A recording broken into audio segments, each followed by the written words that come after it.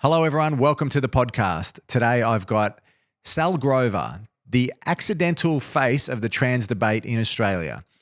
Sall developed a female-only app, a platform where females could get together, connect, make relationships, and she found herself at the Australian Human Rights Commission in some legal hot water when she excluded a trans woman from this app. Now, I don't know what your thoughts are on this. We're going to have a chat to Sall. She's found herself in hot water for the last 4 years. She's got massive legal bills. I'm actually going to put the details of her legal funding campaign on the screen so you can actually click on that, and I'll put them in the comments as well so that you can actually assist her if you feel you want to assist her in her battle. You may totally disagree with her, in which case I'd love to see your comments also. Like and subscribe to the channel. Let's have a listen to this debate. I feel it's a debate that's been going on in the back rooms. It's been going on privately, and it's something that we really need to get out into the public because it is a divisive one. So enjoy this conversation and let me know what you think.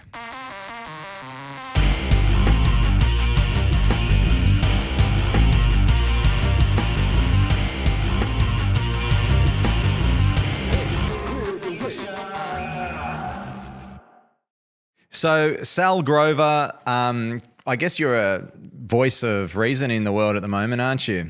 How did you, did you ever think you'd end up in this position? No, I didn't think. I think about this frequently, that I have any sort of notoriety or platform or anything purely from saying, like, men aren't women. It's just such an obvious thing. It's so... stupid. Like, I have degrees in things. Like, I actually went to university and studied. I mean, I did like very humanities degrees. It's like film and journalism and philosophy. So it's not like I'm actually skilled for that much that's useful. But like, I did actually learn some stuff and, live in the world, and you develop your life and skill set and whatnot. And it's like, no, all of that doesn't matter. I'm just saying men aren't women. It's wild how that's become so controversial. Hey, like, how did you, talk me through the start of it, because I mean, the history of it really to reach that point and become the face of this debate. I know Matt Walsh is kind of the face of that debate in the US. You've sort of become the face of that debate here. Really just accidentally. I guess it wasn't really your intention to get involved in this political issue. No, definitely not. I mean, I really did fall into it. I couldn't have walked more blindly into it. You couldn't have planned to walk into it sort of more perfectly in a sense than what I did. So basically, I created a social networking app exclusively for women.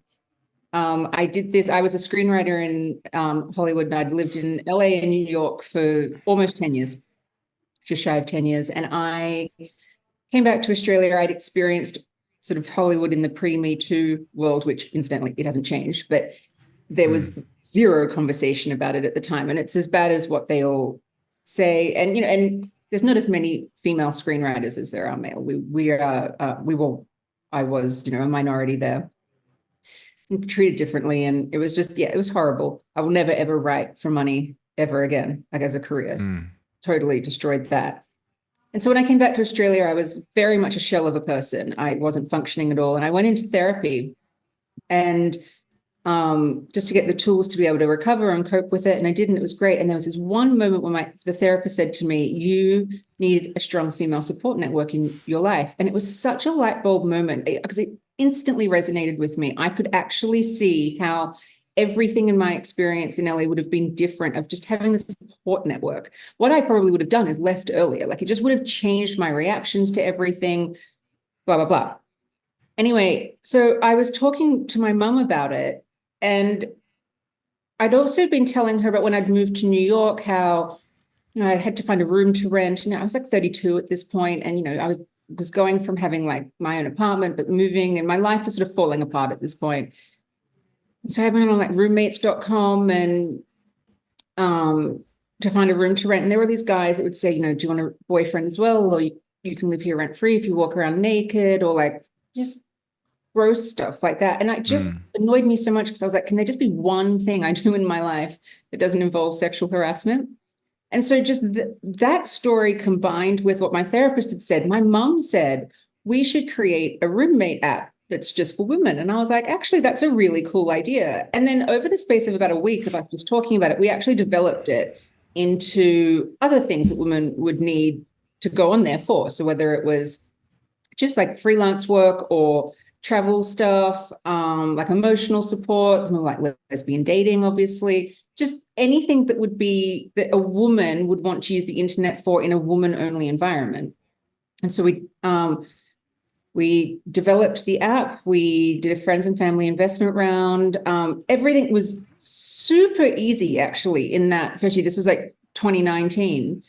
And when you are building an app on the App Store and Google Play, like I don't build it, but the app developers were, you actually have to get approval every step of the way. And at no point did Apple or Google say to us, oh, like, what do you mean by woman? Or, you can't do something just for women. Or literally no one said anything. And we also had like a gatekeeper, security gatekeeper at the beginning of the app, because you had to be like, how would you create an app that's just for women? My dad, who found the technology. Again, we didn't create this. It was just something you could license to use by a company called Kairos. And it's basically sex verification. It's just from a photo. It can tell, it's AI that can tell whether you're male or female, like the human eye can, basically. And so when I'd heard that existed, I thought, well, that's fantastic. That's how we could even do this. And so at literally at no point did Apple or Google say that would be controversial. Nothing. Then we were in February 2020, we were just doing app like beta testing, like the app was still full of bugs. We didn't have all the security measures in. So basically anyone could get on. And trans activists, a demographic of people I did not know existed, found the app, inundated it. Like it actually got on, created profiles. They were profiles saying like rape TERFs, kill TERFs. They inundated the App Store and Google Play reviews with 1-star reviews and just abuse. What does TERF stand for again? Well, so this is the first time I was ever introduced to the word. I'd never heard of it, so I had to Google it. It's trans exclusionary radical feminist, and it was basically originated as sort of I suppose maybe a descriptor, maybe not with the full intent of it being a slur, but it was very quickly co-opted by trans activists who used it to say that it would be like kill TERF or rape TERF. Like it was always followed by some form of threat, abuse. And so I was just like, we were having a nervous breakdown. I had no idea what was going on. I'd never been called, and we were being called transphobic, but I was like, I've never been called phobic of any group of people. I'm not. I don't know what's going on. This is just an app for women. And I actually at one point I did Google, I typed in TERF into Twitter, and I'd never tweeted at this point. I was just a reader of Twitter at that point. And I was very much in like an I hate Trump bubble. Like I was reading just journalists and like comedians and commentators, we were all sitting there going, how did this guy get elected? And this is like 2020. So this 2020, yeah. Yeah. So I was still in the bubble though, because we were like, oh, he's gone. And I typed in TERF to Twitter, and like all of these women came up who were sort of fighting against something that I literally did not know was even going on, which is basically women's rights were being destroyed in law, and men were claiming to be women, but beyond that, they were actually being believed. And so I just spent a few months while we, like, just as a company decided to just tread water and work out what to do.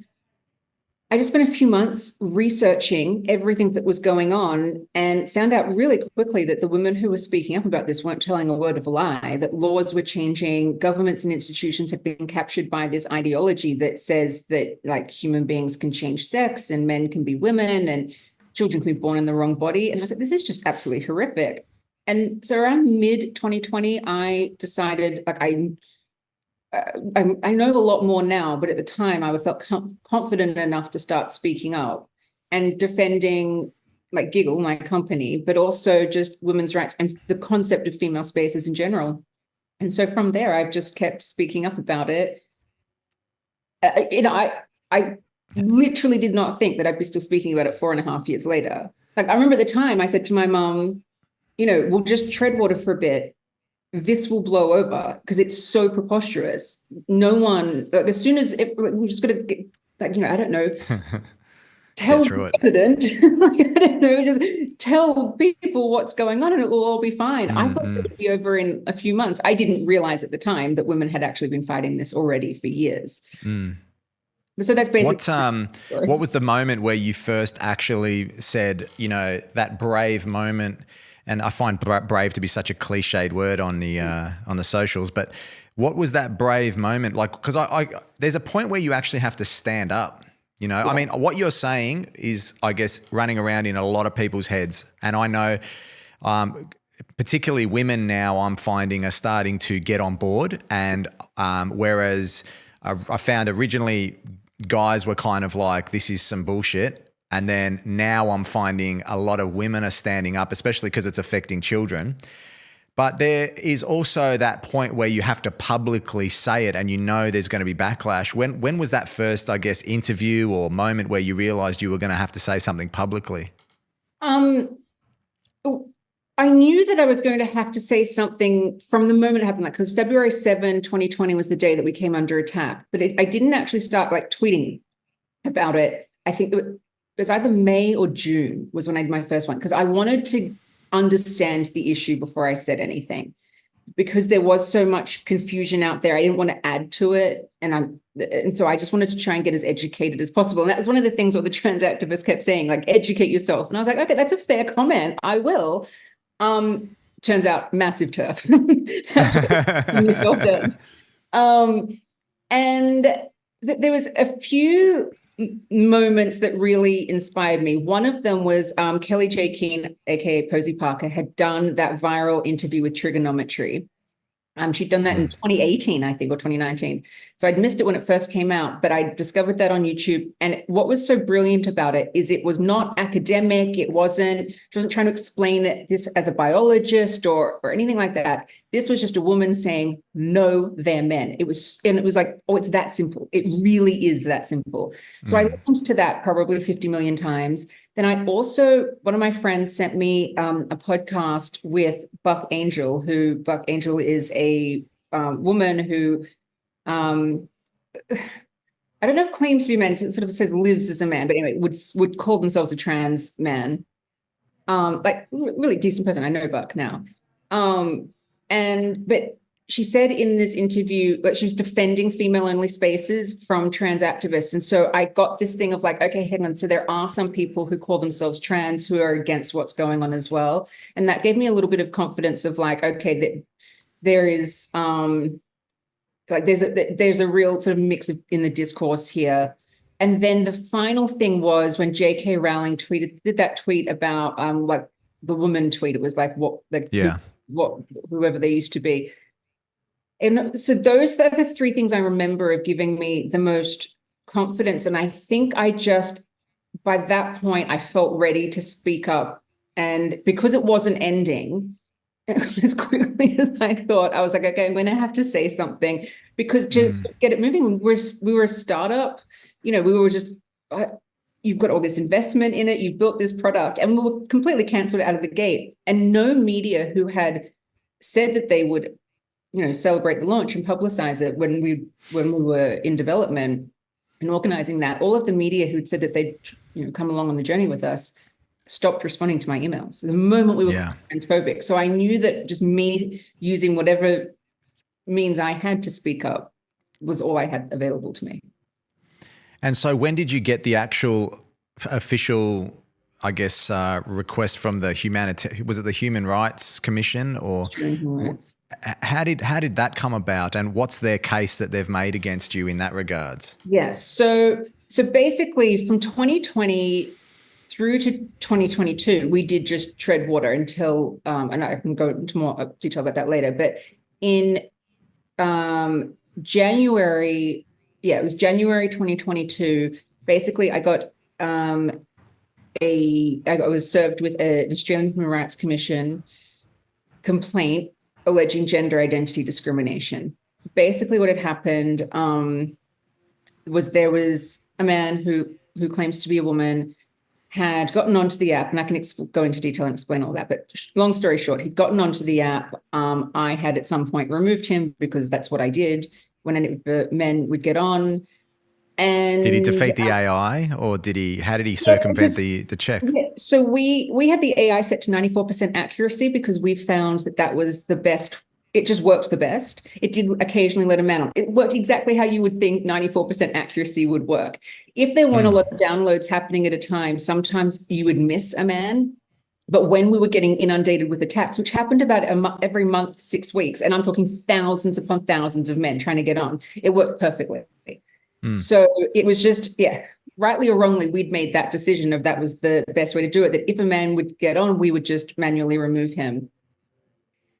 And that's basically what I did. I just saw a picture of, like the onboarding selfie, I just saw a picture of a guy and was like, that's a man. And I kicked him off. And there's so much drama involved in this, but my instinct was right. He's a male person.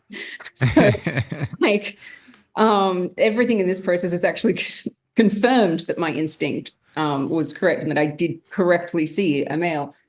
So I got into this person's name's Roxanne Tickle, he goes by, filed an Australian Human Rights Commission complaint against me. And how the Australian Human Rights Commission works, it's basically a place where you can, so if something has happened to you in a form of a discrimination, you can go there, make a complaint. If they say, yeah, there is something here, then they, go to try and fix it before it escalates to court, basically. So I got a solicitor and we were going back and forth, but it was clear almost immediately that they weren't like, oh, we're here to have a discussion about this. It was, she has done gender identity discrimination and she needs to fix that. Punished. It was, I had to you go to conciliation, you have the option to go to conciliation at in the AHRC. And for me to go, I would have had to, or to settle it and for it to not go further, I would have had to agree to let him on the app, let all men who claim to be women on the app go to sex and gender education, which is going to be re-education, and then moderate all of the content on the platform so that men who claim to be women aren't offended by it. And I said no to going to conciliation because I was like, I'm not going to agree to any of that. So it's not important, there's no point in me going. And also I was like, I've done nothing wrong because I also have rights here. Like, I'm not just going to give up my rights. And especially at this point, I've been fighting for 2 years. So I was like, absolutely no way. And then on top of that, I was 15 weeks pregnant when I got the AHRC complaint. And so by the time it actually, when it was this, will you go to conciliation or will you not? I think I'd gone into third trimester at this point. And I was stressed. I was like, just absolutely no way am I doing this. So I said no to conciliation, knowing that there was a risk that he could escalate it to federal court. And how it works is you have, from when federal court dismisses it, you have 60 days. The applicant has 60 days to file in federal court, which he did. He filed on the 60th day. And so I was like, okay, all systems go. I got a barrister. I had a solicitor. They were getting ready to respond to the first thing and get the ball rolling. And then we got a notification that he had actually withdrawn. So this was like a week and a half or something before I gave birth. So this was like the beginning of July 2022. And so we were like, okay, well, we'll chalk that up as a win. Well, that's a start. Yeah, we were like, okay, so we stood our ground. Like, law, nothing's changed. Like, everything is still very uncertain, but here we go. And then in December 2022, he refiled on that initial AHRC claim. And so, as I said, you've got 60 days to file on that claim. And so now he was refiling on that, but he was like 260 days. And so like out of time for it. So he had to get permission from the court to be able for it to go forward. So in April last year, they said, yes, we can go ahead because it's in the public interest.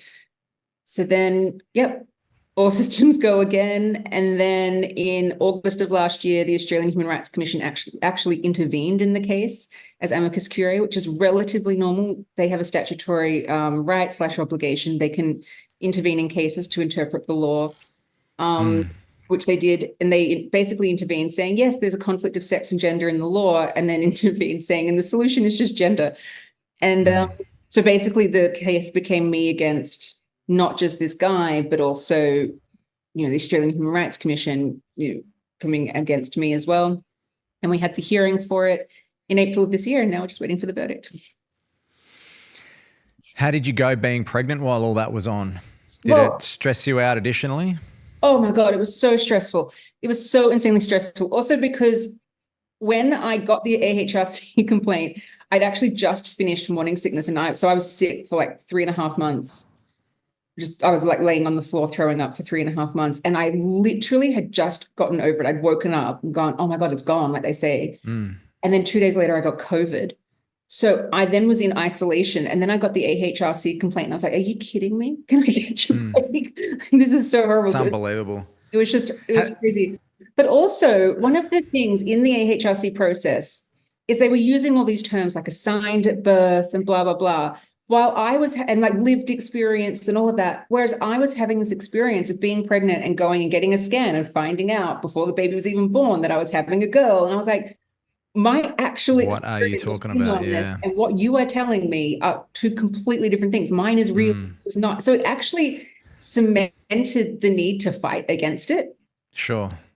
I think it's interesting what you bring up. I mean, obviously this whole scenario is wild, and I think that the problem I sort of get into is there's no one really on the opposite. What does Roxanne Tickle say about this? Has he done any interviews? Has there been any defense of this type of stuff? Because what you're saying seems completely logical, and this is what I get into a lot with this debate, right? Because I talk to a lot of people and they say this is nuts. And then anytime there's an opportunity, I find there's just a lack of defense from the other side. Like, I would love to actually hear what the aside from the political rhetoric that we get, which I honestly don't believe a lot of these politicians believe what they say when they say it. I mean, there's a fantastic video of Justin Trudeau saying LGBTQIS plus or plus 2 or whatever it is. But I just think, hey, if that's what you want to, if that's what you believe, that's cool. But I can see there's a sense of him actually knows, or not knows, but feels deep in his heart that it's bullshit. I will never apologize for standing up for an LGBTQ2 plus kids' rights to not have to undergo conversion therapy. And I want to talk to people who genuinely feel that you're wrong, or I'd love to know what is the argument. I don't really see the argument, and I'm open to it, I guess is what I'm saying. Rather than getting called a transphobe, I'd love to just say, well, can someone step up and explain this? Because no one I know voted for it. No one I know wants it. Everyone seems to be having problems with it. I would love to know, like, what is has anyone stepped to you and argued their side of the case? Well, so it's not even just people didn't vote for it. No one voted for it. There's no mandate for these laws. So in Australia, what happened is in 2013, the Julia Gillard government, Australia's first female prime minister, under her leadership, there were amendments that were brought into the Sex Discrimination Act that put gender identity into the Sex Discrimination Act and took out the definitions of man and woman. That's the crux of this whole mess. What it did is it muddled the act. It means that you can basically have this person. They've done other laws where they can go, if you claim to be trans, you can go and change your birth certificate. And so it created this concept of legal sex. And so a man can go and get female put on his birth certificate and then say, well, I'm a female. And you're like, well, you're not. But under the eyes of the law, is he? So it's never been tested until this case. And it's not that for the last 10 or 11 years, it's all been working smoothly behind the scenes. No, there's been so many women and men and gay men as well who have been intimidated by the AHRC and other activists to let these men into female spaces like gyms or bathrooms in schools or just anything that was been reserved for women and girls. I mean, Girl Guides, for example, has fallen into this. I will not let my daughter go to Girl Guides no matter what. I mean, that organization that is just destroyed to me because they let men who claim to be women and boys who claim to be girls in it, and they go away on camps. And I just absolutely no way. Safeguarding is a thing. But who are these?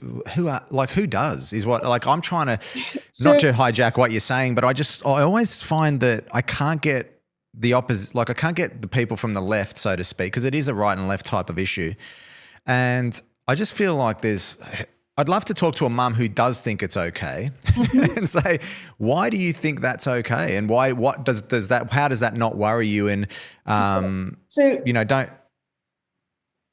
think that for the reason why there's no actual big debates about this is I think that the majority of people on the other side even doing this know it's indefensible, because that's why there hasn't been a vote. Like I say it all the time, like gay marriage had to go to a vote. Like they made gay people practically beg to get married and put same-sex marriage to a vote. They'd already put in the amendments, gender ideology in there. They didn't have to vote, like go and get public support for that at all. Was that included in the gay marriage? No, they're different acts, because that was an amendment to the Marriage Act. So they're different acts. But so if you've got all different people here on the other side, say like the side we'd call us transphobes. So you've got people in media. Do I think most of them are who actually believe it? No, but I think that they've got jobs to keep. I think, and then you've got a lot of activists who have sort of been bred through the universities, who are just sort of quite brainwashed by it, who would probably say to you that they genuinely do believe it. But I think that it's not that they have really sat there and thought this through and gone, oh yes, it totally makes sense that you can change sex, and letting grown men say that they're women and letting them into bathrooms with 5-year-old girls is a really great thing to do. I don't think they've ever thought it through. If I've learned anything from this process, is that there's a lot more people in the world who have no interest in thinking for themselves than I thought. They're quite happy to be told what to think. And that's probably one of the saddest things I've discovered. Well, don't you think it's I noticed that a couple of times when I'm watching these types of discussions, and even I think you've said it as well, because we talk about this Jacinta Allen's latest appointment with the Minister of Men's Behaviour. And a lot of people, but a lot of people refer to it as Orwellian, and I think it's an interesting comment to make, that I think less people than ever today would even understand what Orwellian means, because they've taken it out of the schools, they've taken it out of education. A lot of kids, like the literacy rates are so low. Kids are distracted with choosing their pronouns rather than actually getting an education. And I think that's all sort of part of this perfect storm that we've got, where, and we also, as people, we don't like to upset anyone. So if we're told that, like I hear people often say, I'm operating from a point of kindness, or, be caring. I actually had a friend to me say, whatever you do in life, be kind. And I kind of feel like that's a really nice thing to say, but sometimes in life you've got to fight for things, and being kind isn't the right emotion. Kind to who? Because that's what I've been the same. Before I knew anything about this, so this is back in my like Twitter bubble of I hate Trump days, I would hear just little things. Occasionally, I didn't take any notice of it, so I'm just only remembering this in hindsight. But I'd hear like the be kind, and your instinct goes like, of course, be kind, because majority of people are just kind people. And you think, of course, I would never ever be cruel to somebody. And then when I found out what was actually going on, and we were being told, it's just a kindness to say that this man is a woman. It's like, kind to him.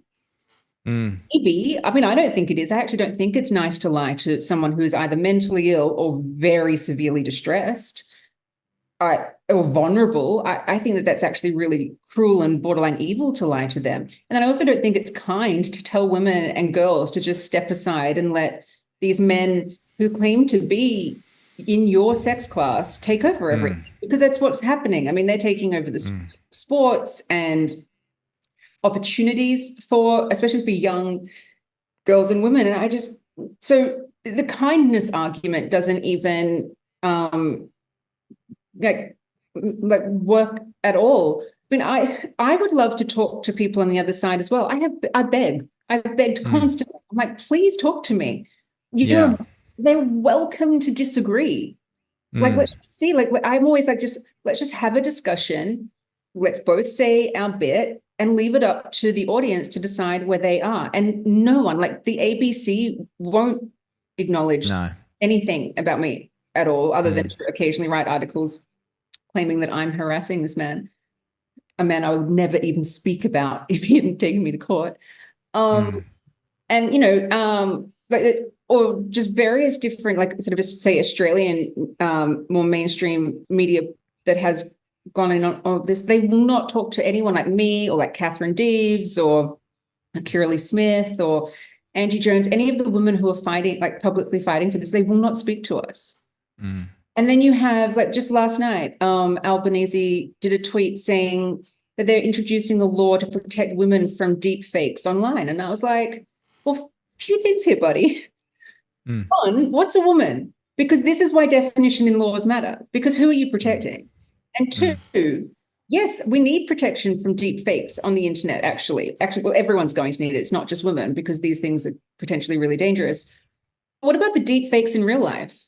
Because that's exactly what's happening to us. These men are faking being women, and you guys could go and fix this in a week, because those 2013 amendments that I mentioned before, there is a very strong argument to be made that they are unconstitutional. Basically, they are. How Australian law works is you either laws can be voted in, but they still have to match international law. Like, everything has to work. We have these like conventions and treaties with the UN and with other countries so that, so that we don't have rogue nations, basically. The rogue nations are the ones that just don't cooperate with everybody else.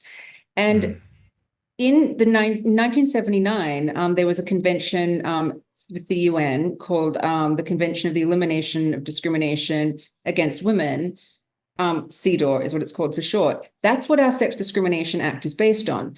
We enlivened the whole thing into law in we became a signatory of it in 1983. We put it into law in 1984. And so it's a document for females, like biological females, the only is. And so the 2013 amendments of putting gender identity into that and saying that men can be women actually makes the Sex Discrimination Act in breach of CEDAW, which you're not allowed to do. So, you just go like, no one will talk, they won't talk about it. They won't have honest discussions about it. These laws that no one voted in shouldn't even be there to begin with. And then anyone who's standing up and saying, hey, can we at least have a discussion about this? Or can we find a way to have the law protect everybody and do it fairly and right, that you could have it, that you can still have female spaces and no one's forced to use pronouns and all these things that actually would create a free society, and they just shut you down and just say that you're the hateful transphobe. Yeah, or you're and I'm like, no, the bigotry is coming from them. Yeah. Why, who would you say is, well, I think from what you're saying there is it's women that are mostly affected. Is that fair to say?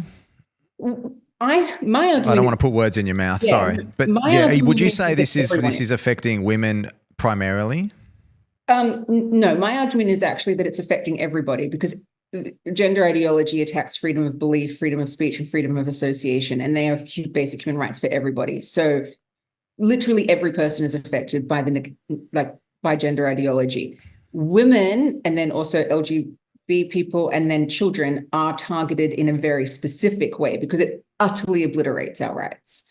Whereas, say for why it doesn't obliterate men's rights in the same way is that,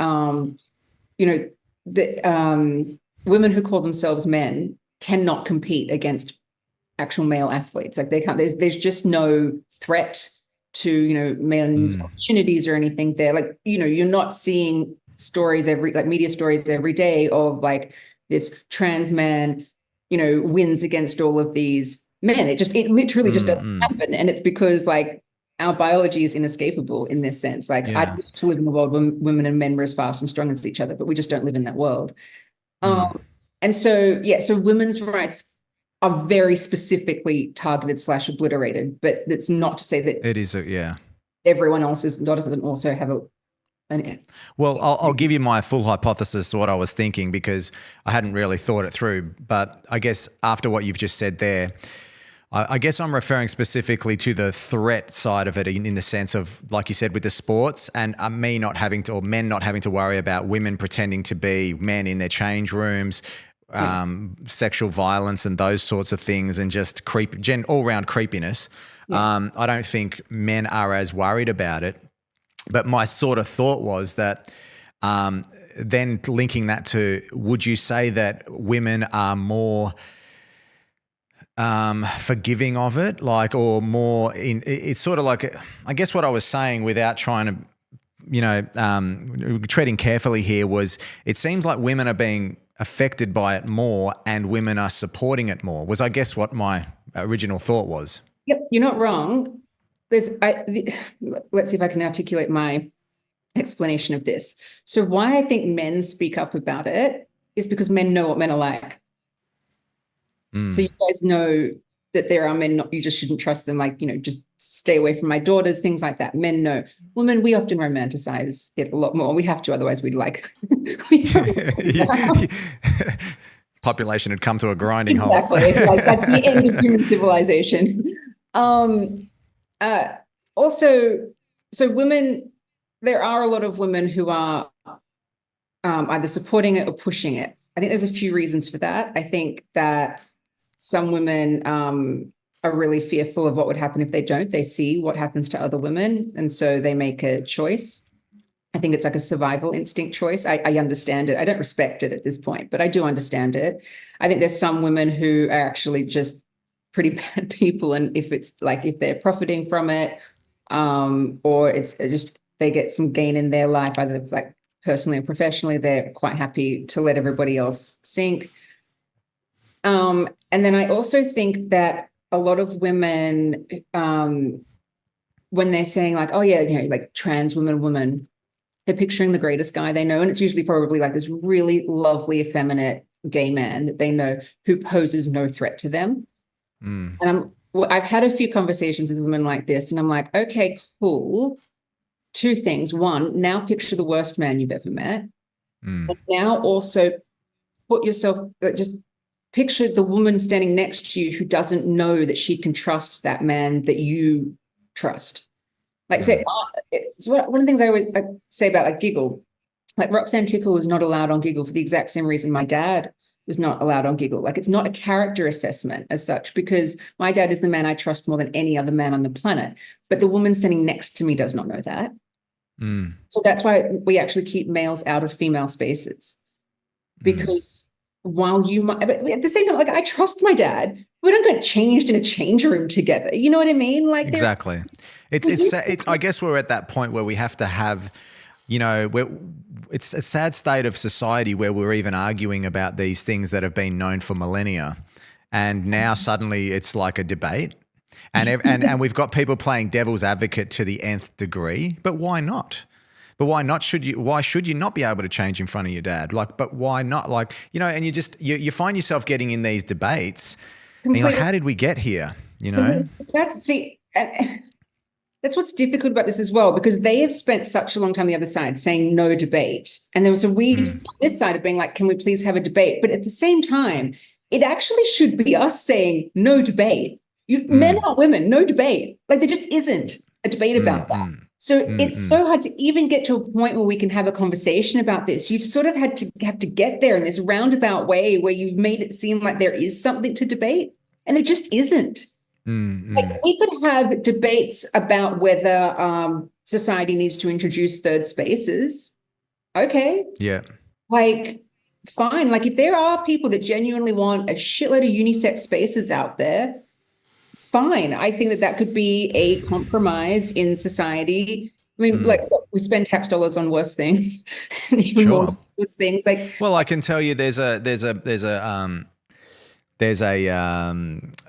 unisex bathroom at the local cinema, and I can tell you that I went there with my mum, and she's 85. She found it incredibly weird to be washing her hands next to a young boy, and I went in there and I found it incredibly weird, and I actually just turned around and just went out. And I don't know, why do I have to explain myself for having that natural feeling? I don't think that was unnatural. There was young girls in there. I just feel it's incredibly, and also with this current violence against women thing, we're being encouraged to consider how men make other women feel, right? And I guess I'm sort of getting into the next part of what I wanted to discuss with you, but there's a big push at the moment for men's behaviour change, as we've just talked about, and men being considered pretty much naturally nasty creatures, where women would rather spend the night in the woods with a bear than. I'm not sure if you've heard of that. Yeah. A somewhat light-hearted question has sparked a major conversation about women's safety. rather be stuck in a forest with a man or a bear? Bear. Men are scary. With a bear. What I've heard about bears, they don't always attack you, right? Unless you like them. So maybe a bear. Depends what man, but probably a bear. Oh, 100% a bear, which is like terrifying to say, but Definitely a bear. Some men are very scary out there. a bear. And yet at the same time, we've got this sort of parallel universe going on where we're encouraged to share a bathroom together, which is a very intimate, or intimate's not the right word, but a very, vulnerable space is probably the right word to use. And how does that coexist, Great question. I will just say before, when I was saying more unisex spaces, I'm not saying that they should only be unisex. I'm saying that if you want to have that third space as a unisex space, because you know what? Decent men do not want to be using a urinal when a mum and a daughter walk behind them. You just know, every instinct in your body says this is not right. Exactly. Like this is going against human instinct. But what was the question now? Well, you said something really smart and now it's completely gone from me. Where we're going, how do these ideas coexist? Yeah. It is such a big disconnect because the data is there. I mean, all of these men who claim to be women, like they don't commit crimes against women at any less rate than what just the normal male population does. The fact is that the majority of men are really good. Human civilization would die out if they weren't. Like if it was just men walking around raping and pillaging constantly, we wouldn't be here anymore. Like we wouldn't have civilization as we have it. So majority are really, really good. The problem is we don't know who are the good ones. Not just when we're walking down the street or into a vulnerable space, you don't know. So we've created these things in society that make it safe and fair for everybody to be able to move around as equally as possible. Like in developing nations, they are actually building female bathrooms and change rooms at schools that hadn't existed before to get girls to go and stay in school because they would be sexually assaulted in bathrooms. The data is in on all of this stuff. All of it, that's right. Yeah. But then you have this, like, I'm always so careful about this because I don't want a world where we sit there telling young boys that men are bad and that's all they hear.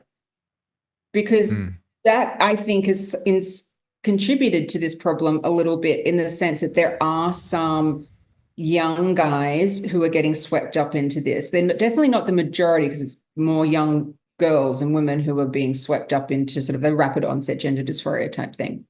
But there are men who have been swept up into it. And when you hear them, when they sort of on the other side, they're detransitioning, there's many who have talked about how, they just heard men are bad, and they just didn't want to be a bad thing. Man. Like that's heartbreaking. I don't want that. Absolutely. But I have a brother, I have a dad, they're good men, they wouldn't hurt a fly. And they're protective and they do, all of the good things that we want men to do. It's just, getting deeper than that. What I guess, I think it's a culmination of a lot of these issues, and there's a conflation of all these issues. There's massive confusion around it, and like we have this. I think there's also the pornification of society. There's massive issues. And again, so we've got feminists, I do the quotation marks, but I go, I guess women's rights activists that would encourage girls to, that it's almost like a liberation for women's sexual freedom to be, totally. Yeah. What's that? Sorry? When they say sex work is work.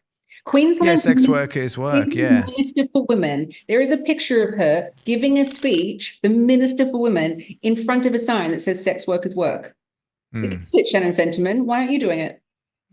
Okay. Well, I'll slide that. I'll put that in I'll slide that in. But, well, I guess, we know the story with sex work. I mean, we know the statistics on that. Why is this suddenly happening? And why would you encourage and not support, rather than, okay, destigmatize is one thing, but help to, destigmatizing is one thing, but then encouraging and normalizing is not quite the same thing. And so we have this other situation where, men's ideas about women are completely skewed. I've got a son as well, and it's a constant battle at that age of 14 to keep him away from what he is currently being told, and it's wild. Actually, he's obviously we have very strict controls on all the social media, but I've occasionally gone into it and had a look, and it is disgusting. And the age of what's going on is really bad, and other mothers are allowing their daughters to post quite ridiculous and terrible stuff. And I think, is that really why aren't we having a conversation about the harmful effects of this? This is actually what's really causing a lot of problems. But if we ever said and I'm so glad to be having this conversation with a woman, because if it was two guys having this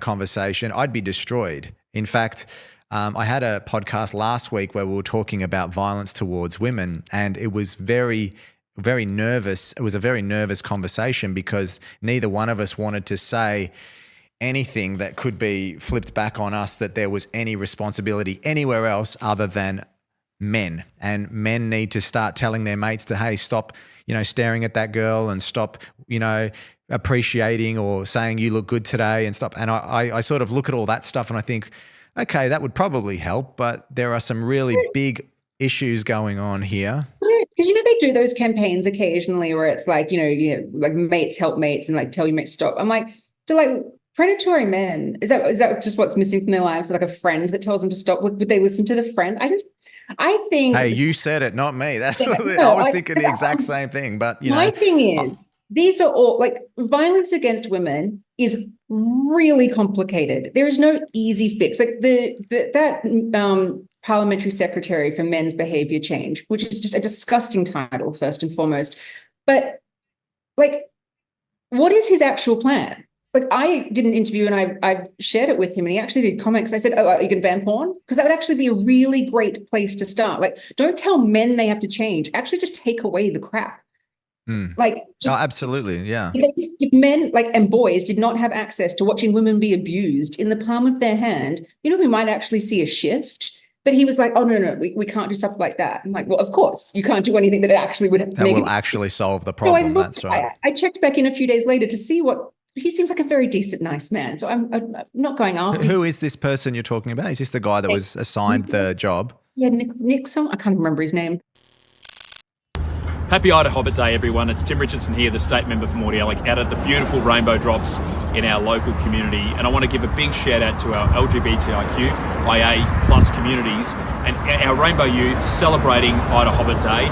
We see you, we love you for who you are. We've got some challenges in our community with 68% of people not out at work and 2 out of 3 young people experiencing abuse just for who they are.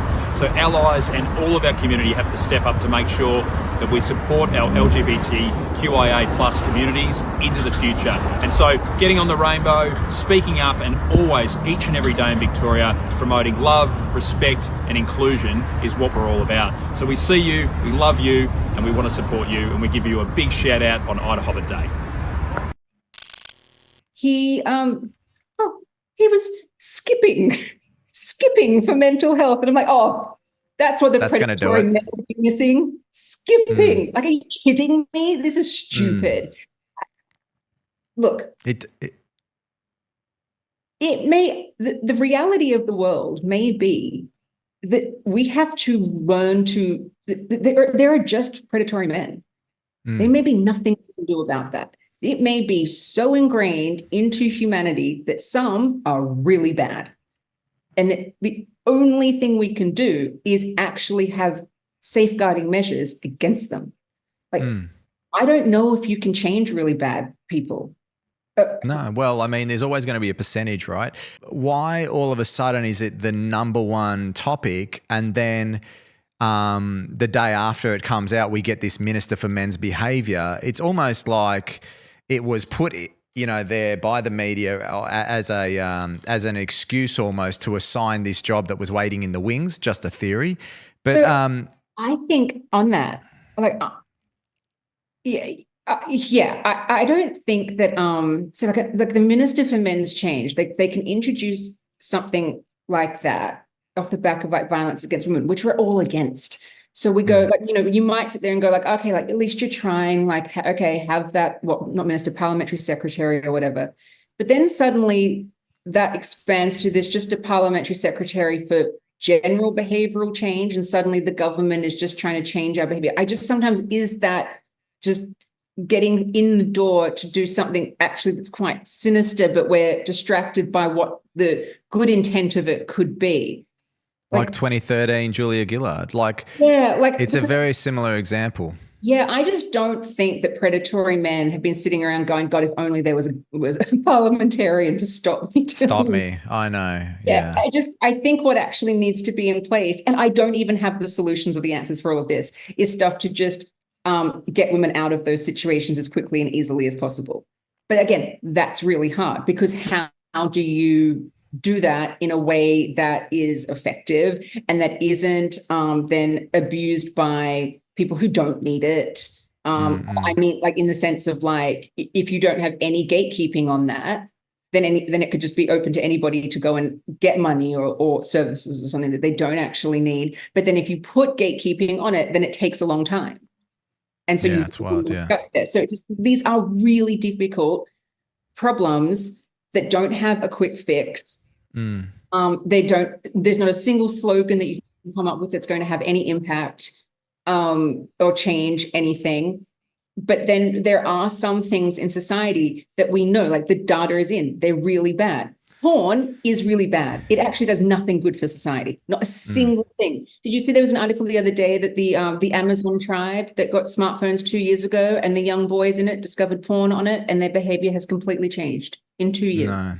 Wow. Young guys in the Amazon. So get rid of porn. Oh, there's no doubt. And look, I think that when you talk about data, I think in what environment, okay, so let's say for argument's sake that it is discriminatory. Some things are discriminatory, right? But if it saves people's lives, if it stops people getting raped, what is the greater good? So, for example, if we actually say having single-sex change rooms provides a safe environment for women and it provides a safe space for, for guys and young, like it keeps them separate. Okay, some people might be upset because they have to use the one they're assigned. Very small population of people would be actually put out by that, as opposed to the fact that we're putting people at risk of some serious trauma, So I think that when we look at that stuff, that like you say, the data is out. I'd love to know, this is back to what we got to, is if someone could come and defend that position, I'd love to hear it.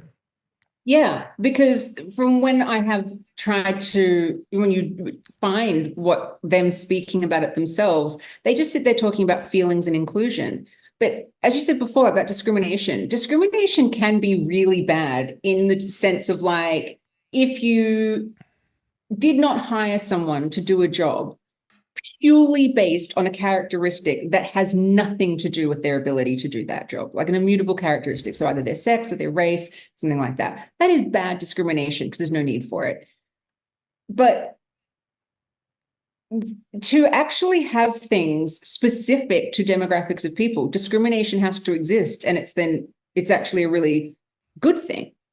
Like the trans demographic have no problem doing trans events and having trans only spaces and all of this stuff, which, I'm not allowed in it. Is that discrimination? Now, one of the things about discrimination is that it's only a component of it is that you actually have to want to be involved in it. So that's why when I did ask a lawyer one time, I was like, well, why is that not discrimination? And like, do you want to go to that trans event? Yeah. No, I'm fine. Yeah. I'm fine to be excluded. But that's the thing. They exist in this world where we are happy to be excluded from their stuff. So we don't go and test it. We don't interrupt them. We say, please have all of your things. What we're asking for is we want what's equal to that, where you let us have. So I'm making this argument all the time. I'm not saying that you can't have women plus trans women spaces. Like, brand your unisex spaces however your heart desires. Don't be too shocked when they just turn out to be male-only spaces. Yeah, exactly. But you can have them, fine. I'm just saying that in the world, you have to also be able to have female and male-only spaces. It's that simple. Can I ask, so with this, let's look at inclusion. Mm-hmm. It has every time I see these inclusions though, for example, I find an undercurrent of disruption rather than inclusion. I actually find it exclusion. Sorry? Just exclusion. It's inclusion on the basis of identity, made up identity, stuff that really doesn't matter, but excluding people based on thought. If you don't agree to it, or if you have thoughts they don't like. But with this person that wanted to be, well, with the men that wanted to be in the female only spaces, perhaps I didn't phrase it correctly. So I guess with the argument being that they're being excluded from your female only space, I think that the intention seems less about being included and more about perhaps disrupting, in the sense that, like, what do these guys actually want to do when they know that group of women that are in there are probably going to be not really interested in them, and they're probably going to be met with some, rudeness, to call it something that it's, to reduce it a little bit. So, are they really wanting to be included by a bunch of people that don't want them in that space, or are they going in there to disrupt that space? Are they causing drama? Are they actually... Is there an element of that, or is it actually they genuinely want to fit in and say, hey, girls, let's get a room together, and hey, girls, what are you wearing? And hey, I don't know, the stereotypical girl conversation that I'm trying to create there. They do not. It's definitely disruption, but it's just about their invalidation. I don't think that they think actually beyond that. It's just about them. Because the reality is, and going back to what I was saying before about it, the inclusion is actually exclusion. You put a male in a female-only space, the females start to exclude themselves. So why does no one care about inclusion then? Because we're not included. Where do we go? Like for female sports. Explain that a bit more. Explain that more. So inclusion is exclusion. In what regards? So the moment you're including someone in a place that was not built for them, so a female-only space. So you start including men in that under the guise of inclusion. Then women go, well, we don't want them there. We're not safe there. This no longer serves any purpose for us. So then they self-exclude. So it's not inclusion for the women. Yeah, I hear what you're saying. No one cares that women are actually being excluded. And the best way and the simplest way to highlight it is sport. So when they say that trans women and trans girls have to be included in women's sport, and then they'll be like, say one will lose because he's like a particularly bad male athlete.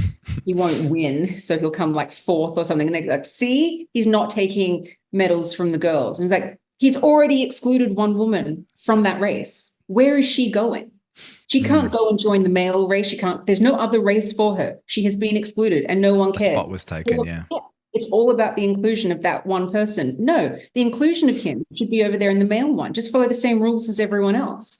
Like, all other civil rights issues were about demographics of people getting to what was the standard so that it could be applied to them as well. This is them not wanting what is the standard because they already have it. They're wanting privileges above and beyond what everybody else has. And that's why it doesn't work. That's why we're fighting back against it. Like I've been saying recently, gender ideology is completely incompatible with a secular society because it's so authoritarian and it takes away everybody else's rights. It just doesn't work. It's not working at all. Because we're not sitting over here just being hysterical, being like, oh, we just don't like something. Like, no, you're literally changing everything about how we function in our lives. You're changing categories. You're changing the boundaries of what a category is. You're redefining language. Yep. Why we wouldn't object to that? I'm the same as you. Why is anyone going along with this? It baffles. Well, when you look at where we're going and where we're heading, and this trans issue stands, it conflates with all the other issues that we have going on at the moment. And that is where I think, again, I'd love to talk to a politician because my viewpoint is that we are just heading towards socialism and communism, and there is no other source of truth than the government. It's like if the government says it, that's with they don't want anything between you and the government, and they want direct line to your children. They want direct line to you. They want you to get your truth from the government. And sadly, a lot of people are parroting these ideas and ideals without any understanding of the research behind it. And, you know, without getting into all the conspiracy theories out there and becoming a full right-wing nut conspiracy theorist, Trump lover that I'll get called. But you can put it onto, you know, we had it with the mask mandates, we had it with the COVID vaccines, we had it with the trans rights, we've got it with, you know, the rental crisis and the housing crisis at the moment, the taxes, the cost of living, all these things kind of conflate. And then we've got it also with, well, you know, without even mentioning other issues, because I don't want to get sort of off track too far. But I guess where do you think we're heading is the question. Yeah. Where do you think all this comes from, and where do you think it's going? I mean, Australia is really different to other countries at the moment, because other countries are waking up. I think America ultimately, and if you're just talking about the gender issue and sort of this, the wokeness, for lack of a better word, this sort of, you know, controlling your thoughts. Sure. There is enough government pushback there. Not that the other side is perfect either, but it could stop this one issue, and then we'll go and, you know, fight the other stuff. In Canada, there is a political opposition building to it. Like, you know, there's a chance Trudeau will be voted out. In England as well, like England at the moment is sort of the one to look at, that they've had the most success in combating a lot of these issues, or at least making some headway with it. Well, I think the Greens in Scotland was it Scotland? They got quite destroyed.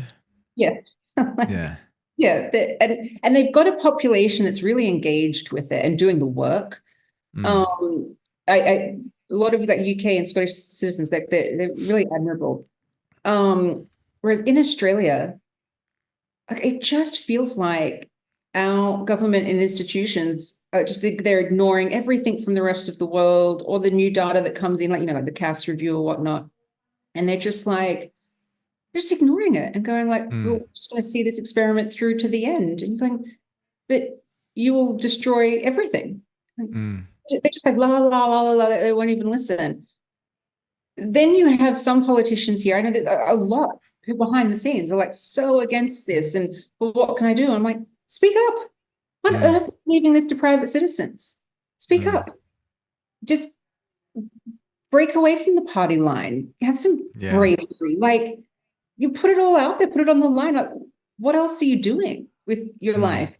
If not, like, I don't know, standing for something, actually having some morals and a backbone. I think that stuff's really important. Like, we have had this like few years of just everyone obsessing over what your identity is. What about your character, your behavior?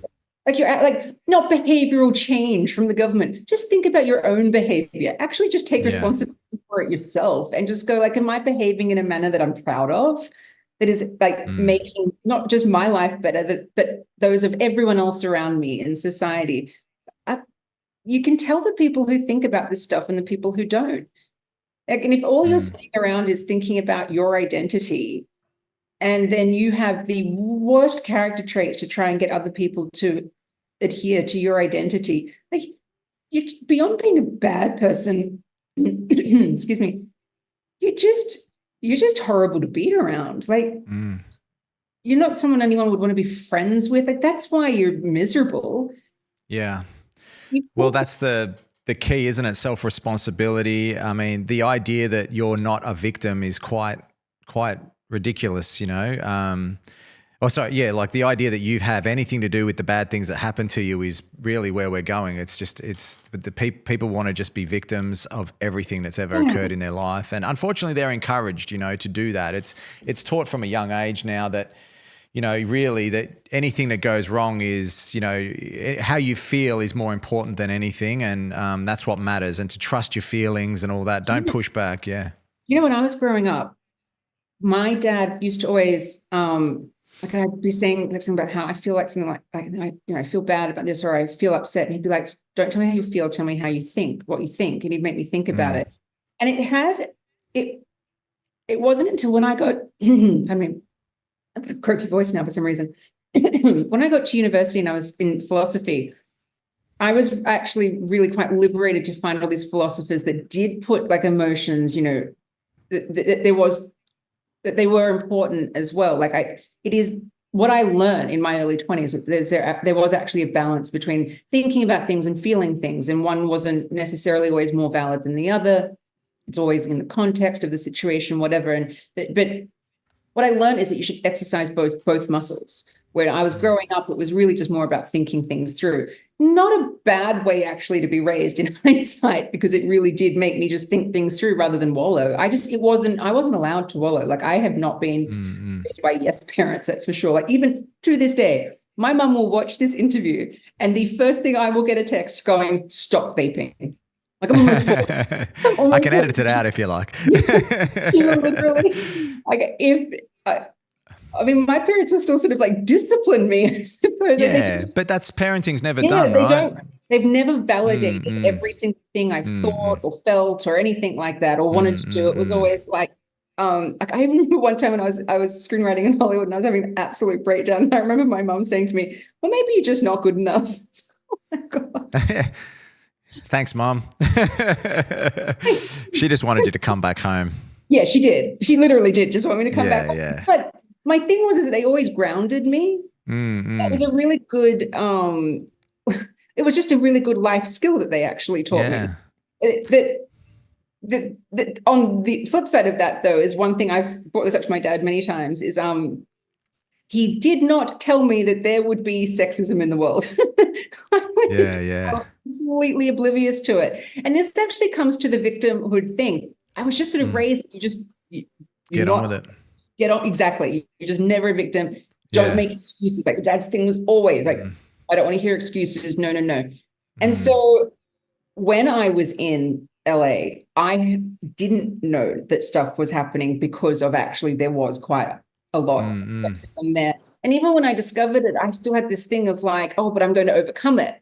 I'm not going to let that get in the way. Until one morning I just woke up, I was looking at the ceiling and I was like, I'm in a pit of despair. This is just no way to live. I have to leave here. Yeah. So, you know. But you got there, you know, like you've obviously, and what a great experience, and having that support, it just makes me think so much about how important families and parents and all that are. And I had an experience where my parents split up when I was 21, and my dad sort of said, look, you know, I wanted to sort of split up for a while, but I wanted you kids to be adults. And it's almost like he stuck around for that. And I thought that was quite noble, and I guess I don't, you know, begrudge him for it. But as a 45-year-old man, my son had to go into hospital when he broke his thumb. And it was one of those moments where I was there as a dad, and because I had a sort of, I've now got a little bit of a disconnection to my father, even as a 45-year-old, I really wished my dad was there to help me through that time.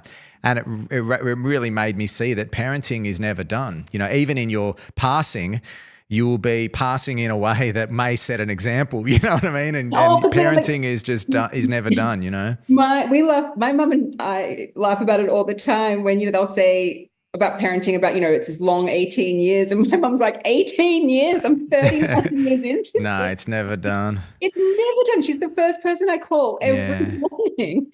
It's great. And it's so important. And this is another thing that I feel like we need to put emphasis and celebration into, and you know, the abolishment of Mother's Day and Father's Day scares me. And when you look at the statistics that something like 70 or 80% of people in jail don't have a father, can we stop talking? Like, you know, it all ties into this same issue, right? We need to be coming up with, there's something fundamentally wrong. And you know, these token gestures of like having a, you know, are you okay day? Okay, I'm not saying it's a bad thing, but it isn't going to do anything. And having it is a bad thing, because we're teaching a whole generation of kids to ruminate, which is literally like what the psychologists would tell you not to do. That's literally a characteristic of depression and anxiety. Like, and you can just learn this behavior. No, it's like, you know, check in with yourself and like, you know, how I feel, am I feeling okay or something, like if you're feeling bad. But you don't have to just sit there constantly thinking about your feelings. And, you know, there are solutions, like there are things like activity, and there are proven things that actually work that no one really wants to talk about and implement effective solutions. And that's what I was just getting back to with the men's violence thing, like men being encouraged to kind of give their mate a nudge and say, hey, buddy, don't murder anyone. Like, this is just ridiculous. Like you said, when we've got seriously obvious issues that could be fixed.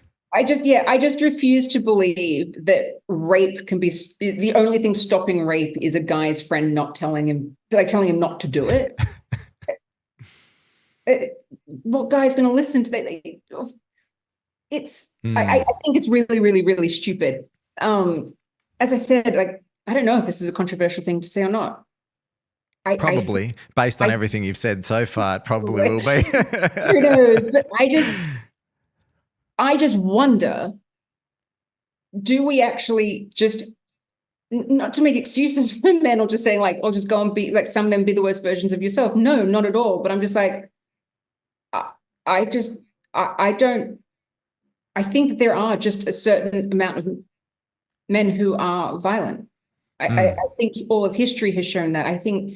But I do think it is slowly getting better. We do not live in the barbaric times of 2,000 years ago. Absolutely. So it is better. I can say even just the way me and my friends behaved compared to our 20s, compared to the parents, things are definitely on the improve, which I think is a part of the thing that upsets me is that, hey, how about a pat on the back for some of the good work? Yeah. And secondly, also, I was just going to say though that we know what things make men nuts, and if we just take porn out of the picture, we know Instagram and social media, we know that there's criticizing them 24/7 and saying they're inherently violent, doing social experiments where they're compared to a bear. That's not nice, and I think that there's a lot of pressure on men as well financially, and there's a lot of pressure. On one hand, we're told to be a certain way, but then we see all the girls are interested in this type of alpha male, and and there's all these mixed. I think it's a very confusing time for young guys at the moment. Yeah, but I'll say this, I keep saying like, oh, maybe there is just a certain amount of bad memories. Have to accept that. I mean, that does not help the one woman being murdered every 5 days or whatever. Like, and if it's me, I'm not going to sit there and go, oh, well, there's just a certain amount of bad. No, of course not. You know what I mean? Of course like, not. It's just like, it is really, really bad. And also, if you just constantly just tell, especially like kids, like if you tell young boys, men are bad, well, there's a huge chance you're going to grow up and go, well, I'm just bad. And that's not good. But then they have to be able to see the difference. My point is, and this would come back to what I was just saying before, about like having to take responsibility or things, sometimes things don't work out or whatever. Life is complicated. The life and the world is really, really complicated. And you constantly have to make choices in it. And one of the only things that really does work in terms of like making a person feel better is giving them a purpose, something to do. Like if I just think about my own life of when I was screenwriting in Hollywood, which one of the things that I really started to struggle with that is it got to feel really indulgent. Like I was just like writing because I like to write and, I wanted to achieve my dream. And I did get to the point, it was sort of simultaneously happening while sort of all the bad stuff. And it was sort of what was making me go like, leave this. So I was like, what's the point?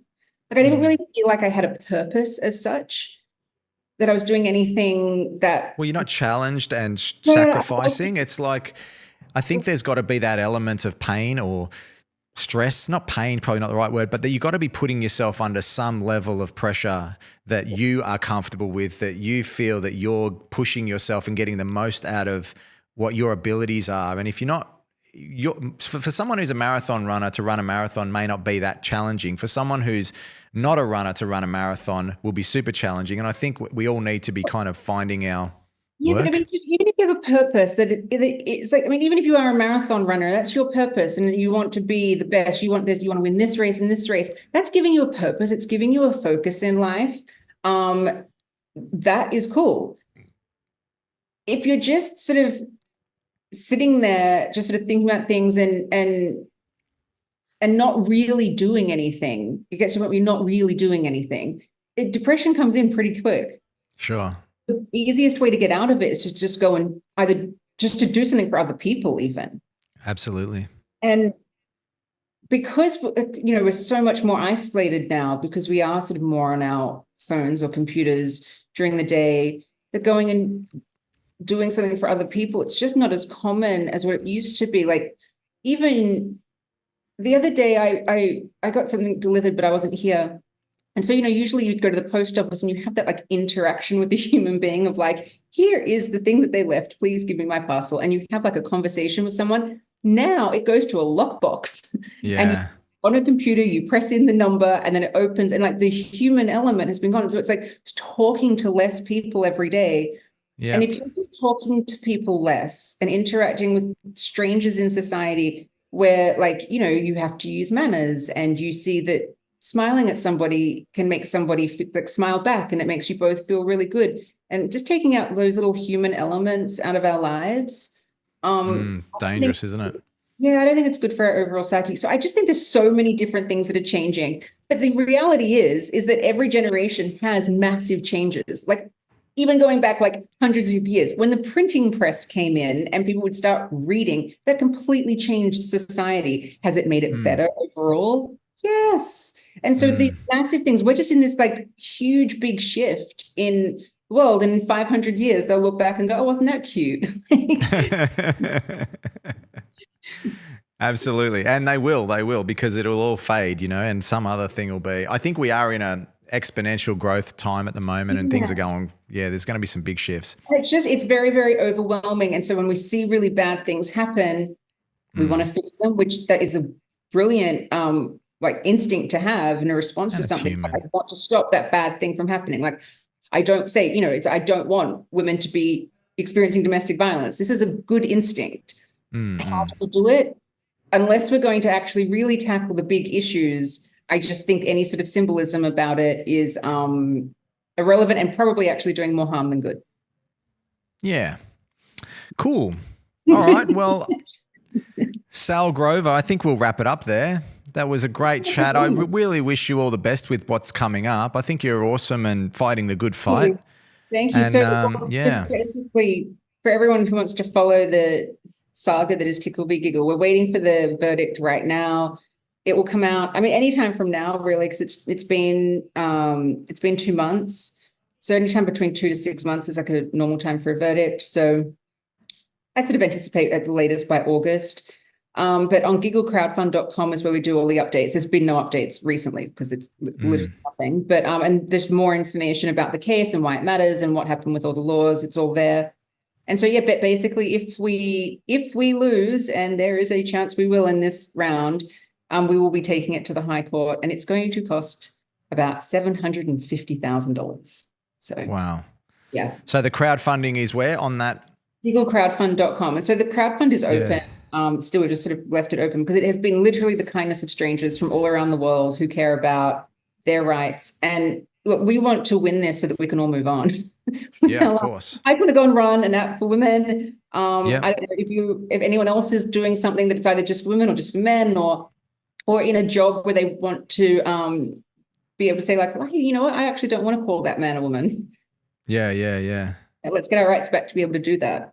Yeah, sure. Absolutely. And I'll post all that and I'll put that in the comments, and good luck with it. I'll keep in touch and find out how it goes.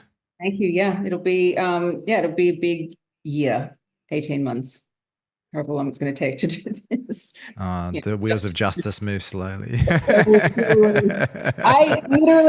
thought it was like Ally McBeal, where like the judge heard everything and then just made a decision on the spot and then went to dinner. No. And people can make things, unfortunately, the legal process can be the domain of people who really love just getting under people's skin. It can be really a tool for just driving people mad, you know? Process is the punishment. Exactly. Well, great. Thanks so much for talking to me. Thank you so much for having me. I'll see you later.